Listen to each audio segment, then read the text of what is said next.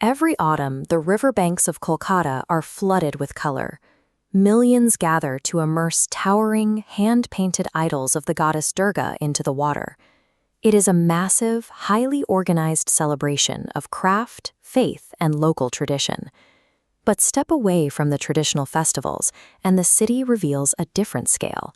You see soaring towers of glass and steel, and massive economic hubs. It is a booming, thoroughly modern metropolis.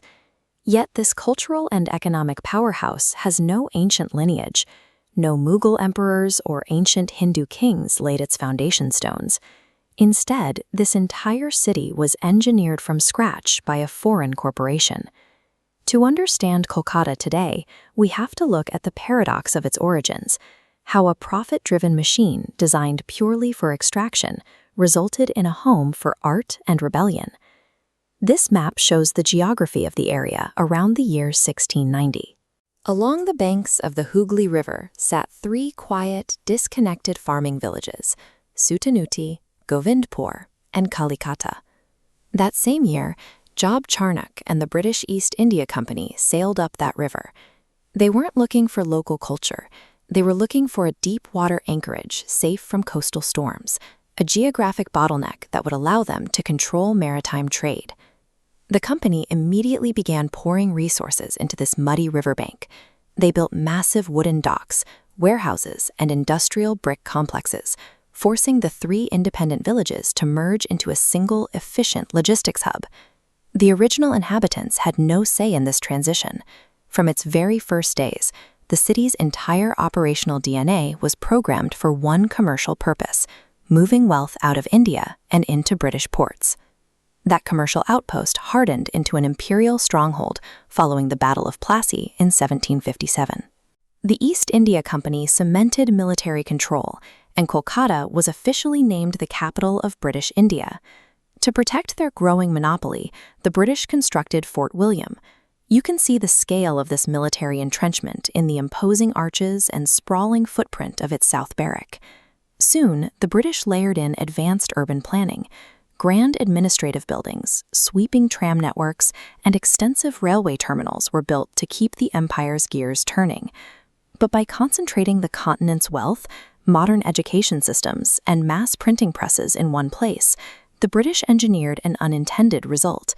They built a dense environment where new, radical ideas could spread faster than ever before.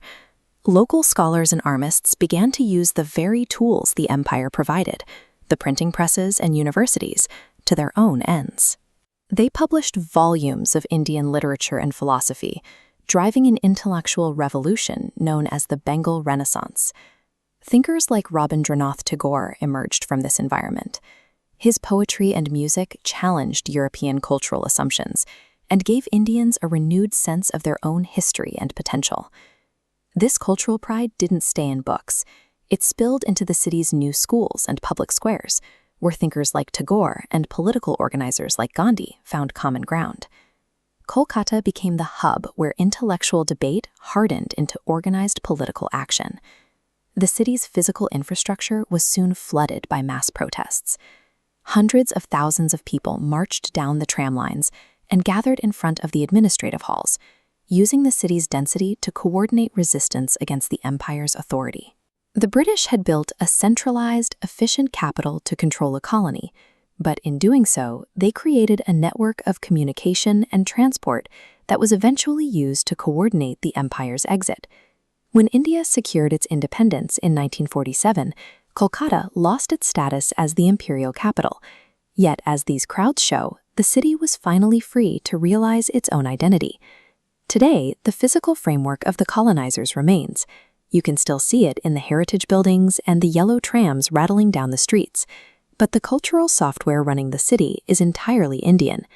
The real legacy of Kolkata lives in the literature debated at local coffeehouses, the specific flavors of its street food, and the pervasive hospitality of its residents, traits that outlasted the empire.